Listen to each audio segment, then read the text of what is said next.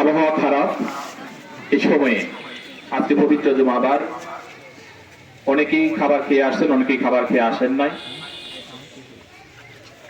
আপনাদেরকে রাসূলের শানে হযরত মুহাম্মদ সাল্লাল্লাহু আলাইহি সাল্লামের মহব্বতে এই সমাবেশে অংশগ্রহণ করার জন্য আপনাদেরকে আন্তরিকভাবে ধন্যবাদ জানাচ্ছি এবং মোবারকবাদ জানাচ্ছি।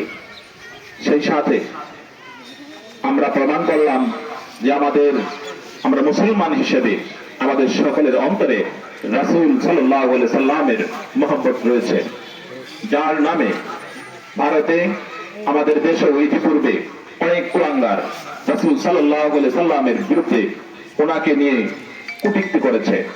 আমরা আলেম ওলামা সহ বিভিন্ন মুসলমান দ্বীনি ভাইরা তার প্রতিবাদ করে আসছি।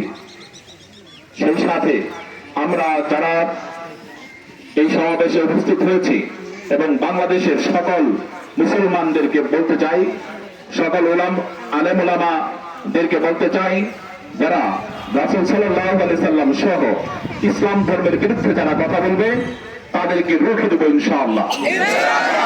তাদের বিরুদ্ধে আমরা প্রতিবাদ করে যাব। আমাদের গ্রাম ঘর থেকে গ্রামগঞ্জে, ইউনিয়নে, উপজেলা সহ জেলা সহ যারা যেখান থেকে ইসলামের বিরুদ্ধে কথা বলবে তাদের বিরুদ্ধে আমরা রুখে দাঁড়াবো ইনশাআল্লাহ। আপনাদেরকে আবার ধন্যবাদ জানিয়ে আমার সংক্ষিপ্ত কথা শেষ করছি। আসসালামু আলাইকুম ওয়া রাহমাতুল্লাহি ওয়া বারাকাতুহু।